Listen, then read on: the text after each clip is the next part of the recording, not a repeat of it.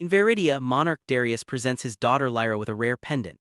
He tells her that it came from Master Orion, who never stops watching. Just then, ruler Zorak of Nethera appears. He hopes to bring every realm beneath his command. However, the ancient deities created strict laws. Rather than battles between huge armies, there will be single duels. When a realm earns 10 tournament victories in succession, it gains authority over the defeated side. Viridia has already lost most of its finest fighters, leaving only Darius to protect everyone. Zorak and Darius begin their clash, each displaying remarkable talent. Darius succeeds in disarming Zorak and lodges his weapon inside a monument, but Zorak swiftly recovers it and the monument falls apart. While Darius continues attacking, he wounds Zorak several times. Still, it changes nothing. Zorak disarms Darius by dragging the blade across his fingers and ends his life by striking him with a massive mace. Later, Zorak declares that Viridia now belongs to him, and darkness spreads across the heavens. A distressed Queen Selena grabs a sword and charges at the soldiers, but they quickly defeat and seize her. After that, Zorak orders everyone to bow, so Selena and the townspeople obey. Meanwhile, Lyra walks to her father's remains and picks up a blue ribbon, then fastens it into her hair. Zorak chooses to raise her as his own daughter. 20 years afterward, Lyra has become a powerful fighter, training alongside Myra. Initially, Myra seems to control the match, but Lyra snatches her ribbon and turns it into a weapon, helping her claim victory. During their return to the royal residence, Myra says that today marks the anniversary of becoming Lyra's protector, and she appreciates that Lyra has always treated her like family. To show gratitude, Lyra gives her a pair of bladed fans. Inside the palace, Zorak announces that a fresh tournament has started and now he seeks Earth. At that instant, they are joined by Soren Vex, who has spent years searching for the Talisman of Nith, an artifact capable of healing every injury and changing an ordinary man into a deity. Soren Vex has learned that the talisman was taken by a hired fighter called Rax. Elsewhere on Earth, Master Orion gathers 4 champions. An hourglass shows that the tournament will begin shortly, yet one warrior is still absent. They must finish their team immediately. Inside an abandoned warehouse, Jace discovers himself surrounded by criminals. He mocks them with a rude gesture before attacking, displaying incredible fighting abilities that let him defeat many opponents effortlessly. A woman nearly fires a missile toward him, but he notices her nearby and hurls a steel bar, killing her instantly. The attackers rush forward together, yet Jace remains calm and focused, moving with precision, speed, confidence, and unmatched determination throughout the entire encounter there. As her figure drops, the missile launches regardless, forcing Jace to leap aside while the missile crashes into a nearby aircraft instead. Yet none of these events are actually happening. It is merely an older film showing on a television screen. Jace was once an extremely popular stunt performer, though those successful years have passed. Nowadays he earns income by signing photographs and selling souvenirs at fan gatherings where very few people notice him once everything ends. Jace is standing in a parking area storing his belongings inside his vehicle when he is approached by Orion and Serena, who ask him to join their group and compete in a contest that will determine humanity's future. Jace assumes they are simply strange admirers and refuses to trust their story. Then Orion demonstrates his abilities by creating a gateway. Seeing this, Jace finally accepts their claim and steps through the gateway, arriving at Orion's cloud sanctuary. He observes the remaining warriors practicing and notices that they possess extraordinary abilities, which seems unfair because he lacks such gifts. Serena explains that the contest is known as Final Combat because participants may lose their lives during matches, making Jace panic and declare that he wants to leave. Orion explains that Earth has already been defeated in 9 competitions, meaning that if they lose another, Emperor Zerk will gain control of their planet. Jace remains doubtful and reminds everyone that he is only a former movie performer. However, Serena points out that he earned 5 martial arts rankings and even won an international championship. Still, Jace argues that those achievements belong to the past and walks away. Within Nethera, Varin conducts a forbidden ceremony to restore one of the defeated warriors. Before long, his followers return from Earth carrying Rex's corpse, and Varin uses mystical energy to revive him as well. The moment Rex regains consciousness, he recalls that Serena ended his life and ruined his mechanical eye. Varin removes the talisman from Rex and departs to deliver it to Emperor Zerk. Rex follows him until Varin casts a spell that creates a replacement eye. After placing it into position, Rex confirms that his energy beam functions again. Back at the Cloud Sanctuary, the final grain of sand drops, and Serena begins shining because she's been selected for the opening match. When she vanishes, Cadden remembers that 2 warriors should have been chosen. Inside a tavern, Jace watches recordings of his earlier battles and becomes so discouraged that he orders another beverage, only to be suddenly transported into Nethera. Lyra then appears before him while blazing lights brighten the heavens. Every blaze symbolizes a competitor, and the contest concludes whenever one side loses all its fighters. The instant the gong sounds, Lyra hurls a bladed fan that Jace narrowly avoids. Lyra keeps attacking through punches, kicks, and weapon strikes, while Jace survives for some time before she knocks him down.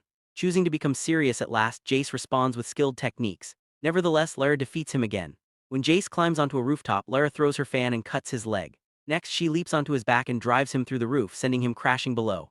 Zarek orders Lyra to end the fight, yet she remains still and Jace loses consciousness. One blaze vanishes from the sky, showing that he has been defeated as his body fades away completely. At the same time, Serena encounters Selena, who has become Emperor Zarek's queen and one of his selected warriors. As sharp pillars begin rising from the floor, Serena fires an energy blast that Selena easily avoids. When Serena attacks once more, Selena unleashes her sonic scream to block the strike and hurls Serena against a nearby wall. Another pillar emerges and cuts Serena's arm. Selena attacks again, forcing Serena to run around the confined chamber until she discovers a skeleton and uses it for protection. This gives her an opportunity to advance and strike Selena, interrupting her scream. The two women wrestle across the ground while spikes continue appearing around them, and Selena releases another scream to throw Serena away. Afterwards, Serena lands several hits using her energy gauntlets before locking Selena in a chokehold and attempting to force her onto the spikes. However, Selena screams again and prevents the attack from succeeding. Serena answers by firing blasts directly through her opponent. Then she traps Selena's head and shoulders with her legs before throwing her onto a spike and securing victory. Both Serena and Jace are transported back to the sanctuary, where Orion tells Jace that he has been removed from the competition. When Jace walks away to sit alone and dwell on his defeat, Orion joins him and explains that the gods selected him for an important purpose. He simply needs a different viewpoint. The following morning, Lyra travels to a hidden shrine within the woods and places the pendant around her neck, instantly transporting herself to Orion's sanctuary. Jace is frustrated when he sees her, but Orion reveals that Lyra has secretly been helping him the entire time.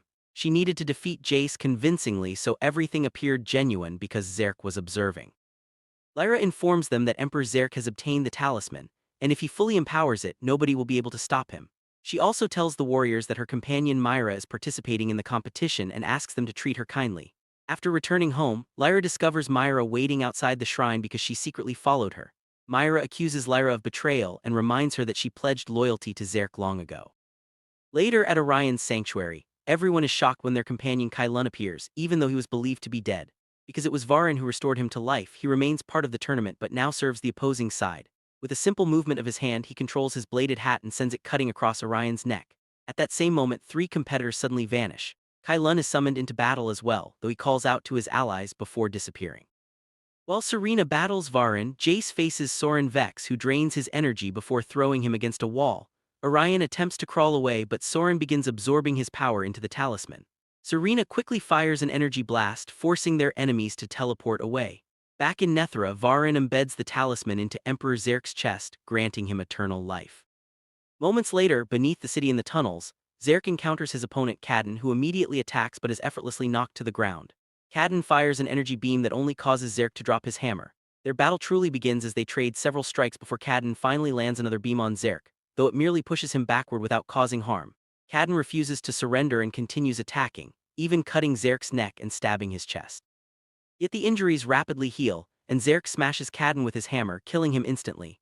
He then tosses Cadden's body into the water below. Meanwhile, Darius must face Myra in combat on the city streets. Darius tells her she has chosen the wrong side before their fight starts and uses his mechanical arms in an attempt to destroy her weapon, but it proves too durable. They continue exchanging attacks until Darius finally disarms Myra. She keeps resisting, though she can no longer stop him, and after only a few minutes she collapses, giving him victory. Myra tells him to finish the match, but Darius remembers Lyra sparing Cadden and helps her stand instead, making them even. Meanwhile, Kylun's opponent is Ren Kai, who launches flames toward the spinning hat blade but still must avoid its deadly return attack afterward. The confrontation starts, and Ryu has to remain extremely cautious because he must evade or block not only Kuro's attacks but also the deadly hat he controls. After exchanging several blows, Kuro gains the advantage over Ryu and slams him against a stone pillar, preparing to finish him off. Desperate, Ryu tries to appeal to his former ally, reminding him that they once fought together on the same side. However, his words have no effect, and Kuro continues his assault, using the hat as a portal that allows him to teleport around the battlefield. Realizing that his friend cannot be saved, Ryu sets the hat ablaze before it returns to Kuro's hand, but Kuro quickly extinguishes the flames. The battle rages on as the burning hat flies back and forth between attacks, until Ryu finally gains the upper hand by channeling power into his legs. The strike pins the hat to the ground, forcing Kuro into one final desperate attempt. Ryu grabs both of his arms and drives him down onto the trapped hat, killing him. Later, Karan places the amulet inside a secure cage. Quan asks for Glacier's body and revives him as well. When the victorious warriors return to the temple, they discover that Reiko is barely alive. Their spirits sink even lower when they realize that Cade never returned because he was killed. Soon afterward, Kitara arrives and informs everyone that Reiko's strength is fading. Because of this, they must stop Shao Karan before the portal collapses completely. She explains that an ancient tunnel beneath the fortress was once used by a race of mutant warriors known as the Tarkans. Kitara then returns to Earthrealm, but finds her path blocked by Jadia and two guards. Jadia confiscates her fans and orders the soldiers to arrest Kitara for treason. Meanwhile, the champions travel to the Tarkan settlement and meet their leader, Barak. Ryu explains that Karan treats the Tarkans like slaves and asks them to help overthrow him. However, Barak orders them to leave because he believes they cannot succeed without a powerful army. Ryu challenges him to a duel, but Barak refuses.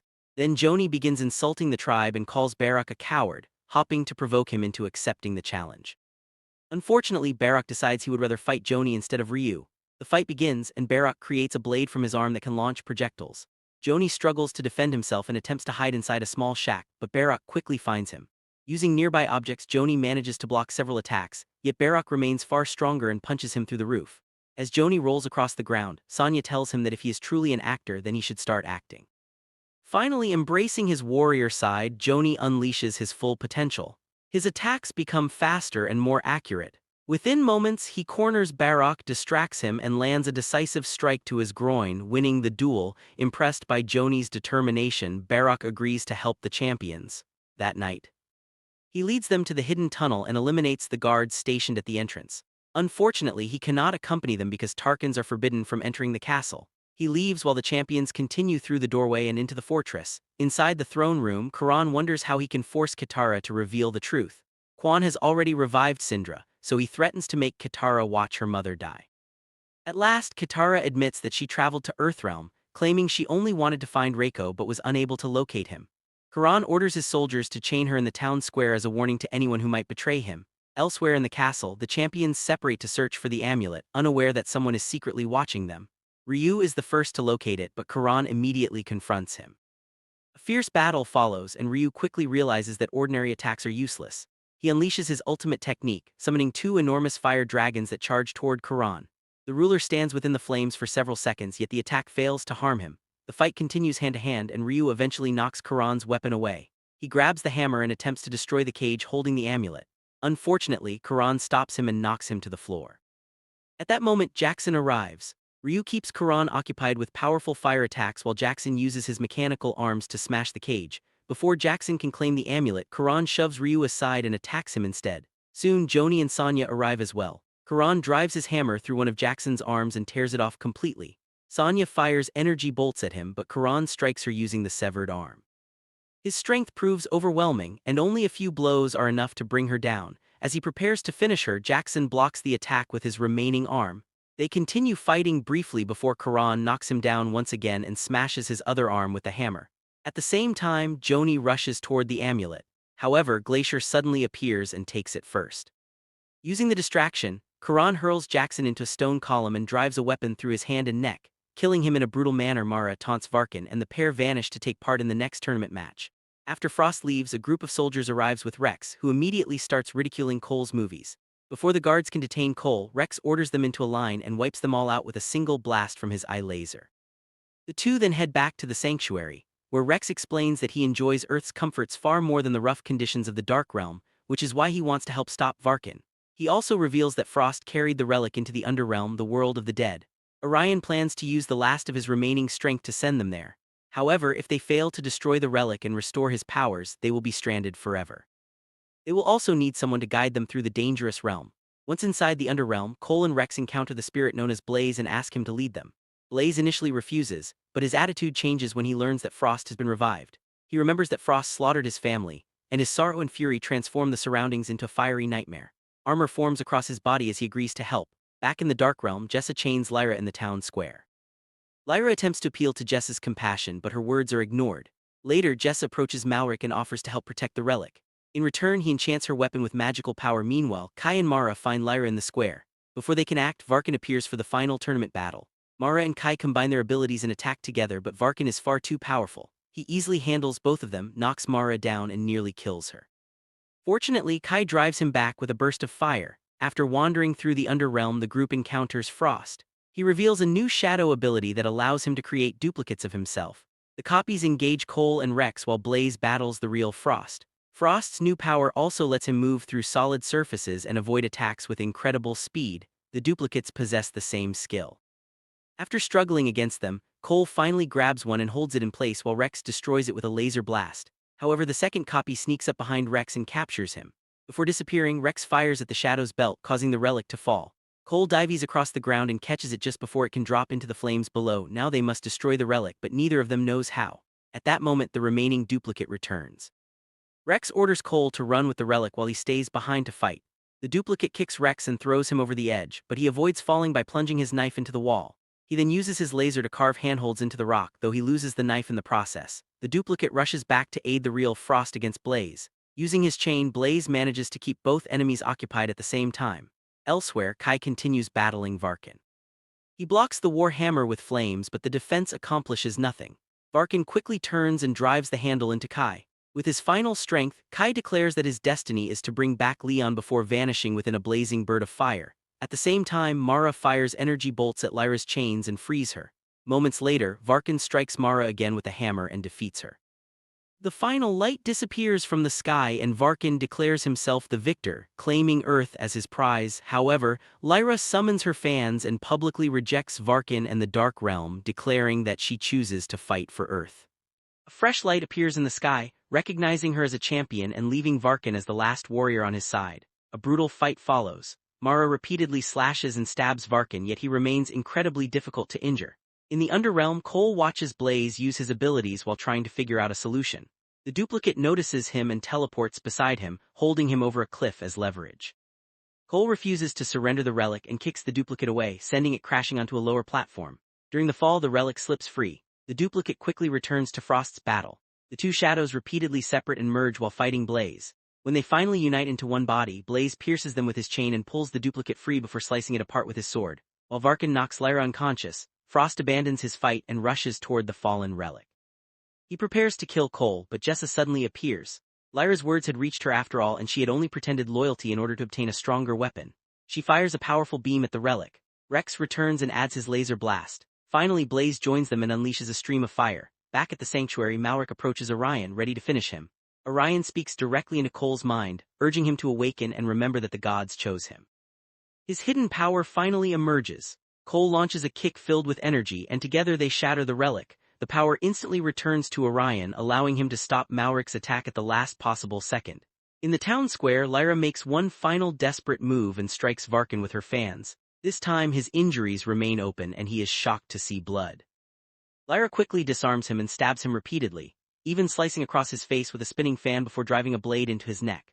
Furious, Varkin grabs her throat and begins choking her while calling her weak, just like her father.